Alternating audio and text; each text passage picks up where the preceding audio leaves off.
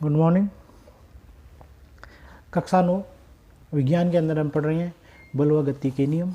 बल व गति के नियम में सिर्फ जो कोर्स में हट गया उसको हम पढ़ेंगे नहीं, जो 2020-21 के अंदर कोर्स में है वही चीज़ पढ़ेंगे। कोर्स में सिर्फ एक ही टॉपिक है, वह है संतुलित व असंतुलित बल। हमने पढ़ा कि गति कोई भी वस्तु की स्थिति, वेग और त्वरण के आधार पर हमने गति के बारे में पढ़ा, गति का वर्णन किया। अब गति हम जानते हैं कि एक रूप हो सकती है और असमान रूप से भी गति होती है, गति बदलती रहती है। अब हमने ये नहीं पढ़ा कि गति का कारण क्या है, किस कारण से गति होती है।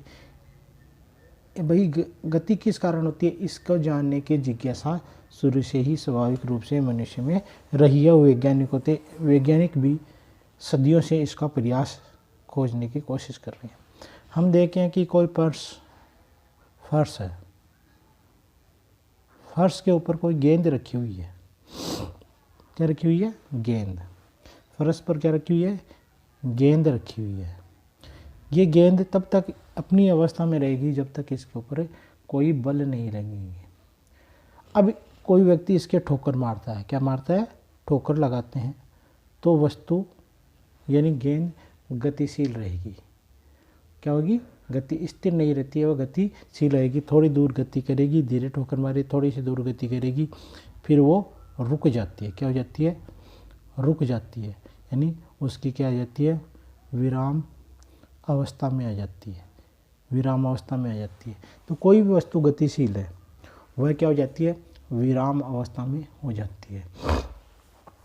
अब शुरू से स्वाभाविक रूप से यही धारणा बनी रही कि कोई भी वस्तु गतिशील है तो उसकी विराम अवस्था आना स्वाभाविक उसके गुण होता है। ये धारणा कब तक थी?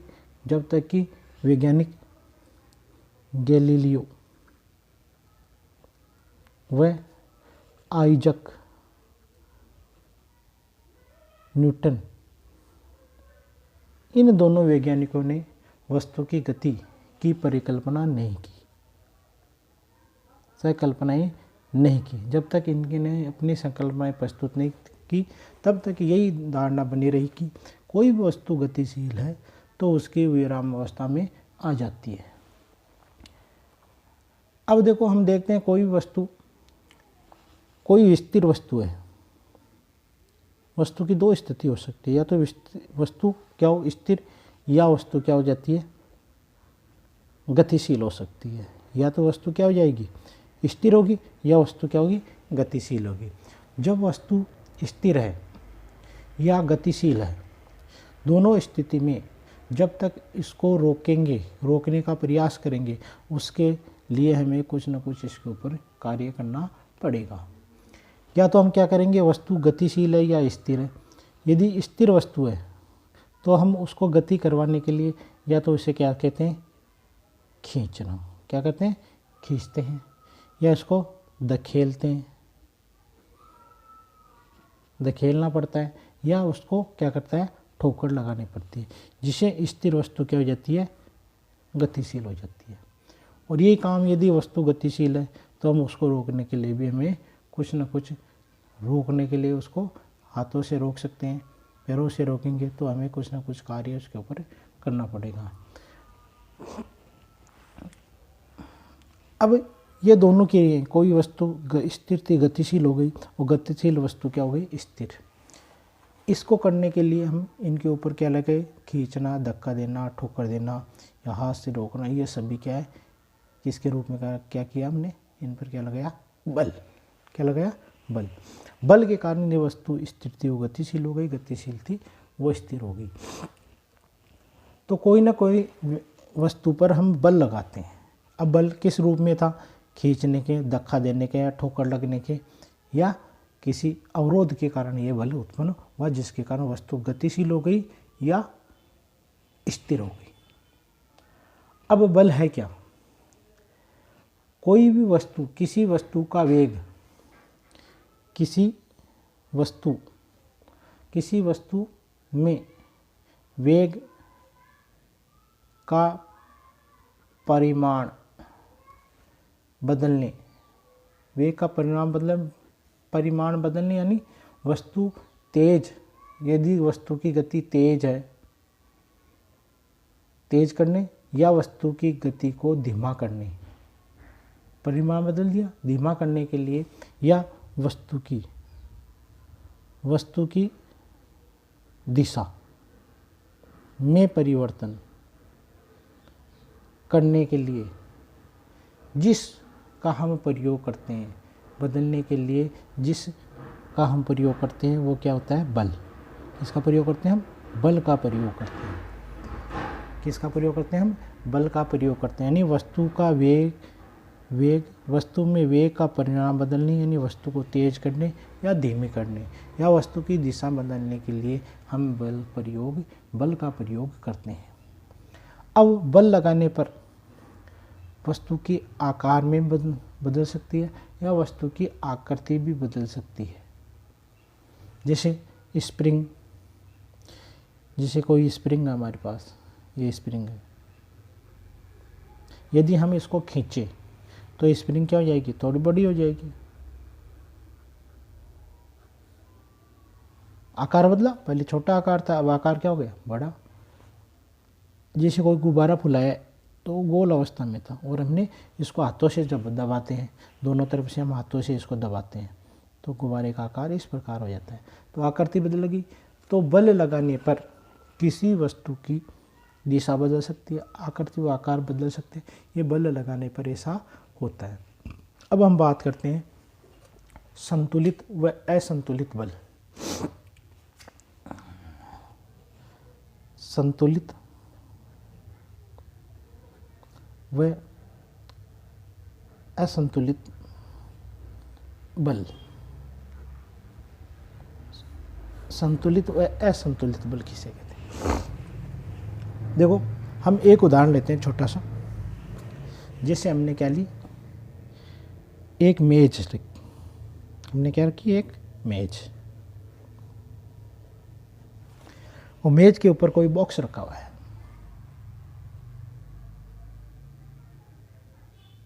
बॉक्स रखा, इसके दो तरफ हमने धागे बांध दिए, डोरी बांधी,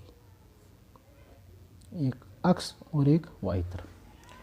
जब हम इस वाई डोरी को खींचते हैं तो वस्तु किस ओर आएगी? इस तरफ जाएगी, इस ओर आएगी। और जब इसको नहीं खींच करके अक्ष डोरी को हम खींचेंगे तो वस्तु की गति किस ओर होगी? इस ओर होगी। वाई खींचा तो वस्तु की गति इस ओर थी। अब एक कंडीशन तो ये थी कि वस्तु की हमने कोई एक डोरी खींची तो वस्तु एक तरफ जा रही है। अब क्या करते हैं? वस्तु की डोरी को दोनों तरफ से खींचते हैं, अक्ष वाई को दोनों साथ खींचते हैं। तो वस्तु न तो इधर जा रहा है बॉक्स, न ही क्या जा रहा है? इधर जा रहा है। बॉक्स अपनी अवस्था में स्थिर रहता है। तो दोनों तरफ खींचते हैं, दोनों तरफ समान बल लगाकर हम खींचते हैं। क्या? दोनों तरफ समान बल लगाकर खींचते हैं तो वस्तु या पिंड या बॉक्स कह सकते हैं हम, में कोई परिवर्तन नहीं होता है, गति नहीं होती। यानी कोई परिवर्तन नहीं होगा। वो गति नहीं करता है, गति वो नहीं करता है, गति नहीं हो पाती है। इस बल को कहते हैं संतुलित बल। क्या कहते हैं? संतुलित बल। अब एक स्थिति से पूर्व थी, जब बॉक्स को हमने इस ओर खींचा तो इस तरफ आ गया और इस ओर खींचा तो इस तरफ जाए। ये बल कौन सा कहलाता है? असंतुलित। कौन सा बल कहलाएगा? असंतुलित बल कहलाता है। हम दूसरा उदाहरण लेते हैं। एक हमने लिया, कोई बॉक्स पड़ा हुआ था, बड़ा भारी बॉक्स। इस पर कोई बालक बल लगा रहे हैं। मान लो एक बालक को वो बल लगा रहा है। बल लगाने पर ये उस बालक के द्वारा अपनी जगह से हटता नहीं है। यानी वो खिसका नहीं पाता है। अब दो बालक इसके ऊपर ज़्यादा ताकत से बल लगाते हैं तो ये अपने स्थान से खिसकना शुरू हो जाता है, यानी अपनी जगह से खिसक जाता है। मान लो वो कहाँ गया, यहाँ आ जाता है, यहाँ से यहाँ आ गया। पहले वो जो बल लगा रहा था उसके कारण वो खिसका नहीं। क्यों नहीं खिसका वो? क्योंकि जो बॉक्स की सतह थी और जो पर्स की सतह थी उस दोनों सतहों पर एक बल लगता है। तो दो सतहों पर जो बल लगता है उसे बल को कहते हैं घर्षण बल। तो जब कम ताकत लगा रहे थे तो घर्षण बल क्या था? अधिक। क्या था? अधिक था। घर्षण बल अधिक होने के कारण यह बॉक्स खिसक नहीं रहा था। जब अधिक ताकत लगाई जाती है तो घर्षण बल से बाह्य ताकत अधिक हो जाती है, जिसके कारण बॉक्स खिसक जाता है।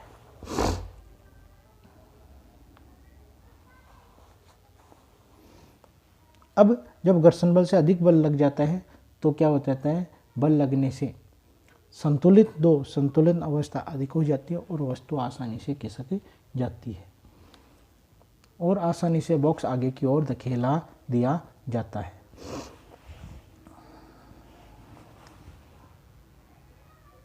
और असंतुलन की स्थिति पैदा हो जाती है।